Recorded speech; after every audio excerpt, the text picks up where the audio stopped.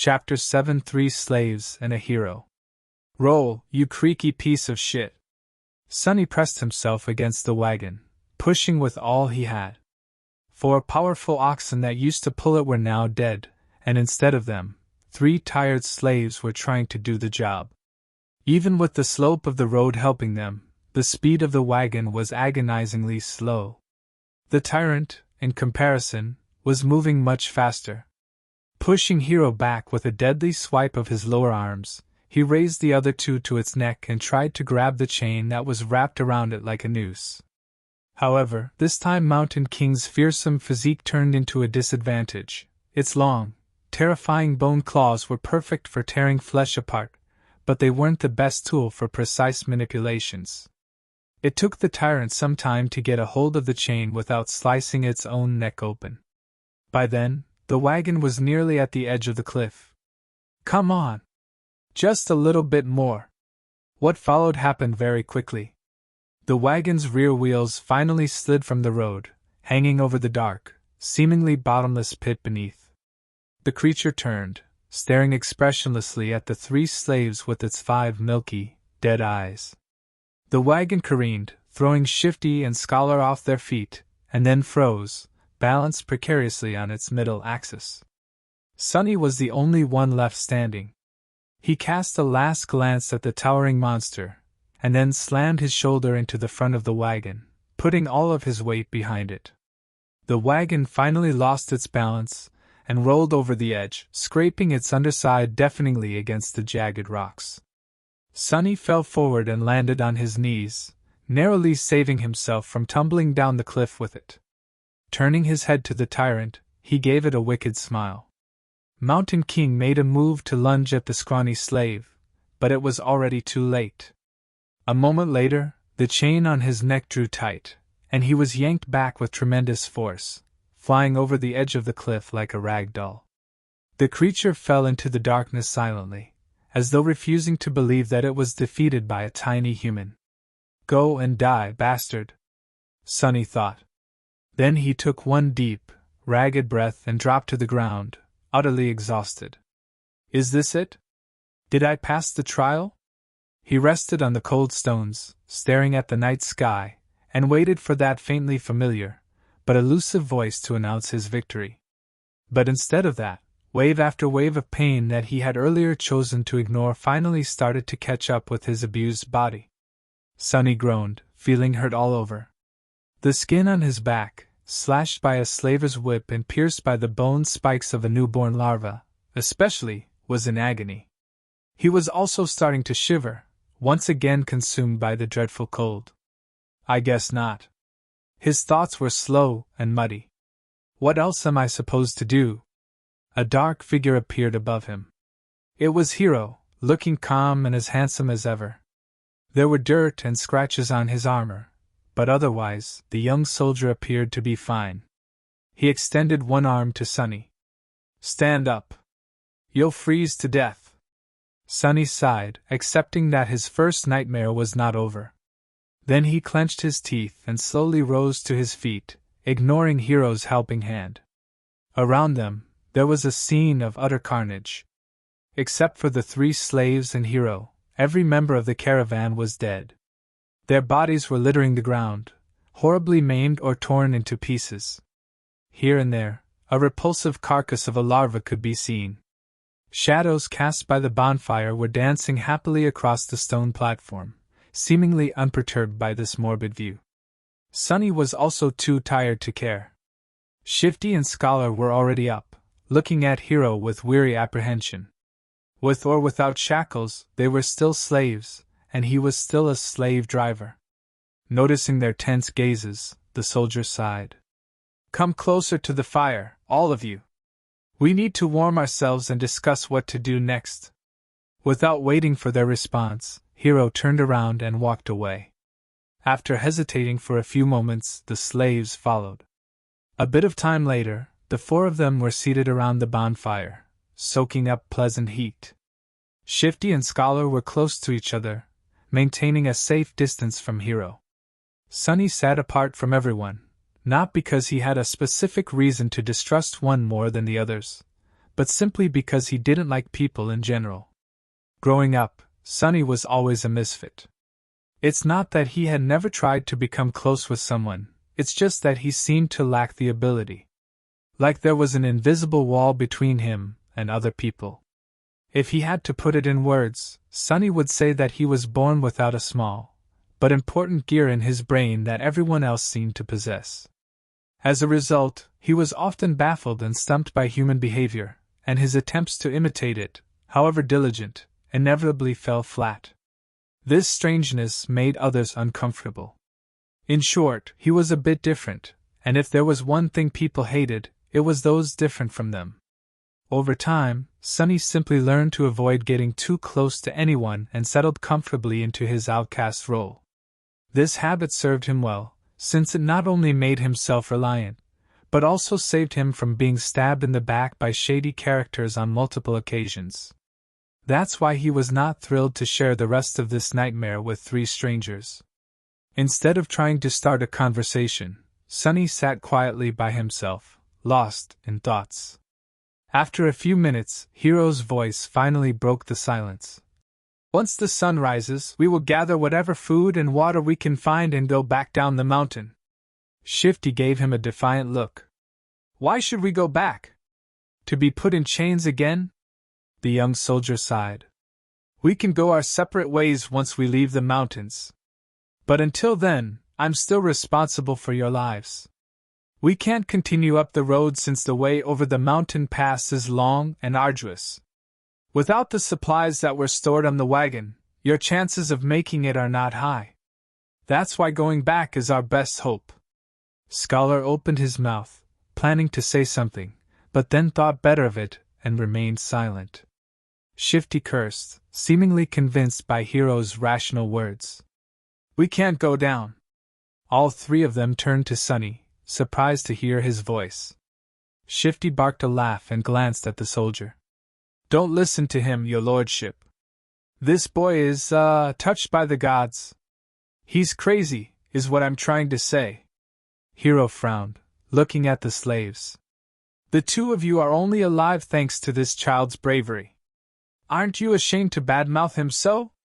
Shifty shrugged, showing that he wasn't ashamed at all. The young soldier shook his head. I for one would like to hear his reasoning. Tell me, why can't we go down? Sunny shifted, uncomfortable in the center of everyone's attention. Because the monster isn't dead. Chapter 8 Nothing at all. Because the monster isn't dead. These ominous words hung in the silence.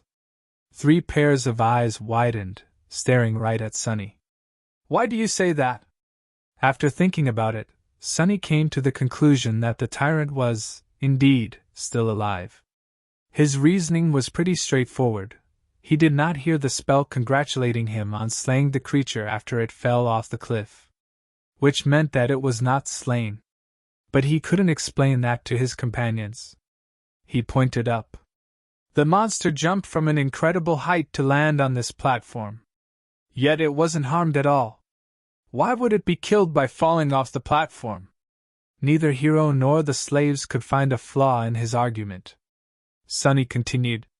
Which means that it's still alive, somewhere down the mountain. So by going back, we will be delivering ourselves into its maw. Shifty cursed loudly and crawled closer to the bonfire, staring into the darkness with terror in his eyes. Scholar rubbed his temples, mumbling. Of course. Why didn't I realize myself? Hiro was the most stoic of the 3. After thinking it over, he nodded. Then we go up and over the mountain pass. But that's not all. He glanced in the direction where the tyrant had fallen. If the monster is still alive, there is a high possibility that it will return here, and then pursue us. Which means that time is of the essence. We will need to move as soon as the sun rises. He gestured to the torn bodies littering the platform. We can't allow ourselves to rest the whole night anymore. We need to gather supplies now. If there was a chance, I would have liked to give these people at least a humble burial after gathering all that we can from them, but alas, fate has decided otherwise. Hiro rose to his feet and brandished a sharp knife. Shifty tensed up and watched the blade carefully, but then relaxed, seeing that the young soldier showed no sign of aggression. Food, water, warm clothes, firewood. That is what we need to find. Let us split up and accomplish one task each. Then he pointed at himself with the tip of the knife. I will carve the oxen carcasses to get us some meat. Scholar looked around the stone platform, most of it drowning in deep shadows, and grimaced. I'll look for firewood. Shifty also glanced left and right, with a strange gleam in his eyes. Then I'll go find us something warm to wear. Sonny was the last one left. Hero gave him a long look. Most of our water was stored on the wagon, but each of my fallen brothers was carrying a flagon. Gather as many as you can find. Some time later, far enough from the bonfire to be hidden in the shadows, Sonny was looking for dead soldiers with half a dozen flagons already weighing him down. Shivering in the cold, he finally stumbled on the last broken body clad in leather armor. The old veteran, the one who had whipped him for trying to accept Hero's flask, was badly injured and dying, but miraculously, still clinging to life. Horrible wounds were covering his chest and stomach, and he was clearly in a lot of pain. His time was running out. Sonny knelt beside the dying soldier and looked him over, searching for the man's flagon. What irony, he thought. The older man tried to focus his eyes on Sonny, and weakly moved his hand, reaching for something. Sonny looked down and noticed a shattered sword lying on the ground not far from them. Curious, he picked it up. Are you looking for this? Why? Are you guys like Vikings, longing to die with a weapon in your hands? The dying soldier didn't answer, watching the young slave with some unknown, intense emotion in his eyes. Sonny sighed. Well, it might as well do. After all, I promised to watch you die. With that, he leaned forward and slit the old man's throat with the sharp edge of his broken blade, then threw it away. The soldier twitched, drowning in his own blood. The expression in his eyes changed. Was it gratitude? Or hatred? Sonny did not know. Illusion or not, it was his first time killing a human. Sonny expected to feel guilt or fear, but actually, there was nothing at all. It seemed that, for better or worse, his cruel upbringing in the real world had prepared him for this moment well. He sat quietly near the old man, keeping him company on this last journey. After a while, the spell's voice came whispering into his ear, You have slain a dormant human, name unknown. Sonny flinched. Oh, right. Killing people is also an achievement, as far as the spell is concerned. They don't usually show this in webtoons and dramas. He registered that fact and put it away. But as it turned out, the spell wasn't done speaking. You have received a memory. Sonny froze, opening his eyes wide. Yes. Come on, give me something good. Memories could be anything, from weapons to enchanted items. One received from a dormant rank enemy wouldn't be too powerful, but it was still a boon, weightless and undetectable. Able to be summoned from nothingness with a simple thought, a memory was incredibly useful. What's more, unlike corporeal things, he would be able to bring it back with him to the real world. The advantage of having something like that back in the outskirts was hard to overestimate. A weapon! Give me a sword! Received a memory, Silver Bell. Sonny sighed, disappointed. Well, with my luck, what was I expecting? Still, this thing was worth investigating. Maybe it had a powerful enchantment, like being able to send out destructive sonic waves or repelling incoming projectiles.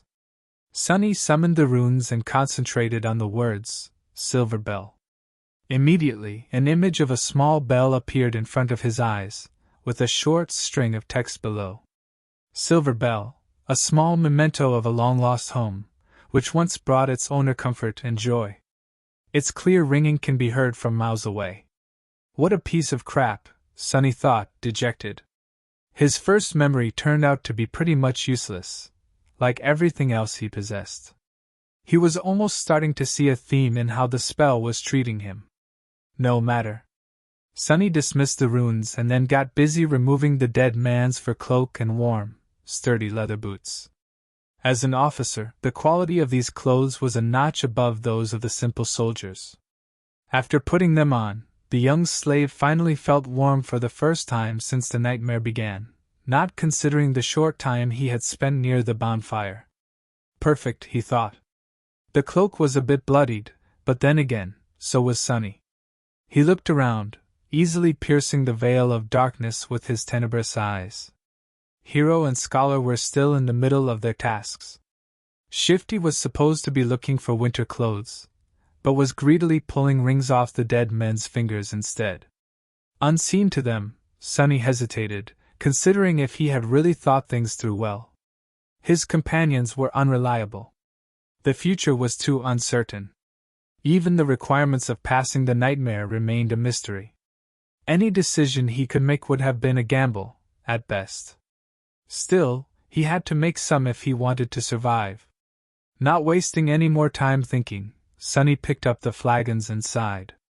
They spent the rest of the night seating with their backs against the bonfire, staring fearfully into the night. Despite the exhaustion, no one could sleep. The possibility of the tyrant coming back to finish the 4 survivors off was too frightening. Only Hero seemed to be fine, calmly sharpening his sword in the bright light of the dancing flames. The sound of the whetstone scraping against the blade was somehow comforting. At the break of dawn, when the sun had lazily begun to warm up the air, they loaded themselves with all the supplies they'd managed to gather and set out into the cold. Sonny looked back, taking in the sight of the stone platform for the last time. He had managed to get past the place where the slave caravan was supposed to perish. What was going to happen next? No one could tell. Chapter 9: Wishful Thinking. There was a problem. They were planning to follow the road up to the mountain pass and then over it, getting as far away from the scene of the massacre as they could before the night came. However, the road was no more. At some point during the last months, or maybe even just yesterday, a terrible rockfall occurred, obliterating whole segments of the narrow roadway and making its other parts untraversable. Sonny stood on the precipice of a vast chasm, looking down with no particular expression on his face. "What do we do now?" Scholar's voice was muffled by the collar of his scavenged fur cloak. His follower, Shifty, angrily looked around. His gaze stopped at Sonny, a suitable victim to vent his frustration. "I'll tell you what we need to do. Get rid of some dead weight." He eyed Sonny's fine boots and turned to Hero. "Listen, your lordship. The boy is too weak. He is slowing us down. Plus, he's weird. Doesn't he give you the creeps?" The young soldier answered with a judgmental frown, but Shifty wasn't done. Look how he's glaring at me. I swear to gods, ever since he joined the caravan, nothing had gone right. Maybe the old man was right. The boy is cursed by the shadow god." Sonny struggled to not roll his eyes. It was true that he was unlucky. However, the whole truth was opposite to what Shifty was trying to insinuate. It was not that he had attracted misfortune to the slave caravan. On the contrary, it was because the caravan was doomed to begin with that he had ended up here. Scholar cleared his throat. "But I've never said that." "Whatever. Shouldn't we get rid of him just in case? He can't go on for much longer anyway." Scholar gave Sonny a strange look. Perhaps Sonny was getting paranoid, but there seemed to be a bit of calculating coldness in the older slave's eyes. Finally, Scholar shook his head. "Don't be too hasty, my friend. The boy might prove useful later on." "But," Hero finally spoke, putting an end to their quarrel, "we're not going to leave anyone behind. As for how much longer he'll be able to endure, just worry about yourself." Shifty clenched his teeth, but then just waved a hand. "Fine. So what do we do then?" The 4 of them looked at the broken road, then down the slope of the mountain, and finally up, where a sheer cliff wall was broken apart by the falling rocks. After a bit of silence, Scholar finally spoke. "Actually, in the old days, there used to be a path leading to the peak of the mountain. It was sometimes used by pilgrims. Later, The Empire had widened parts of the path and built a proper road on top of it, now leading to the mountain pass instead of the peak, of course. He looked up. The remnants of the original path should still be somewhere above us. If we reach it, we should be able to find our way back to the undamaged section of the road. Everyone followed his gaze, shifting uncomfortably at the prospect of climbing the treacherous slope. Except for Hiro, of course, who remained as calm as a saint. Due to the rockfall, the slope wasn't an almost vertical wall anymore, but still, the incline was quite sharp. Shifty was the first one to speak. "Climb that? Are you insane?" Scholar helplessly shrugged. "Do you have a better idea?" No one did. After a bit of preparation, they began the ascent. Shifty and Scholar stubbornly carried the weapons they had picked up off the dead soldiers' bodies, but Sunny, with some regret, decided to leave his newfound short sword behind. He knew that this climb was going to test the limits of their endurance. The sword might not have seemed to be that heavy right now, but every extra gram of weight was bound to feel like a ton all too soon. As the weakest member of the group, he was already struggling to keep up, so there wasn't a lot of choice. Shedding a few kilograms of iron was the right thing to do. Walking up the mountain road with the weight of the supplies on his shoulders was already hard enough, but climbing up the mountain itself turned out to be pure torture. Just half an hour later, he felt like his muscles were going to melt, with his lungs on the verge of imploding. Clenching his teeth, Sunny continued to move forward and up. He had to constantly remind himself to watch his footing, too. On this unstable, icy slope, one misstep was enough to send a man tumbling down to his death. Just think about something pleasant, he thought. But what happy thoughts could he summon? Failing to come up with something else, Sunny began to imagine what reward he was going to receive at the end of this trial. The boon of the first nightmare was the most important thing given to an awakened by the spell. Sure, later trials could provide them with more abilities and vastly improve their power.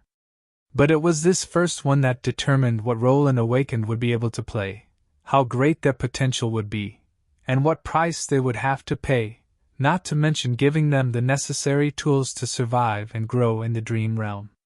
The main benefit of the first nightmare's boon was simple, yet possibly the most important. After completing their trial, aspirants were bestowed with the ability to perceive and interact with soul cores. Soul cores were the basis of one's rank and power. The stronger your core was, the greater your might would grow. The same went for nightmare creatures, with a deadly caveat that, unlike humans, they could possess multiple cores. A lowly beast had just one, but a tyrant like Mountain King had 5. Coincidentally, the only way to improve your soul core was to consume soul shards scavenged from the corpses of other dream realm inhabitants. That's why Awakened went out of their way to battle powerful nightmare creatures despite the risk of death. The second benefit was less straightforward, but nevertheless vital.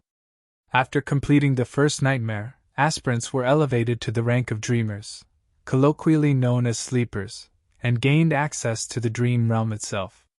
They would enter it on the first winter solstice after passing the trial and remain there until an exit was found, thus becoming fully awakened. That time between finishing the first nightmare and entering the dream realm was very important, as it was the last chance to train and prepare yourself a person would receive. In Sunny's case, that time was only about a month, which was as bad as it gets. And then there was the final benefit, unique to every aspirant passing the trial, the first aspect ability. This was the magic power that elevated Awakened above mundane humans. Aspect abilities were diverse, unique, and powerful. Some could be categorized into types, like combat, sorcery, and utility, but some were simply beyond imagination. Armed with the power of their abilities, Awakened had been able to save the world from the flood of nightmare creatures. However, that power came with a catch. With their first ability, every Awakened also received a flaw, sometimes called the counter. These flaws were as diverse as abilities, ranging from comparatively harmless to crippling, or, in some cases, even fatal. I wonder what type of ability a temple slave would get, Sunny thought, not too optimistic about his prospects.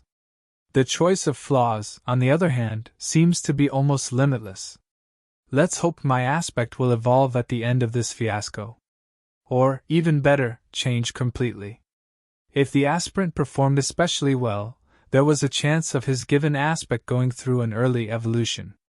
Aspects, just like soul cores, had ranks based on potential power and rarity. The lowest rank was called dormant, followed by awakened, ascended, transcendent, supreme, sacred, and divine, although no one has ever seen the last one.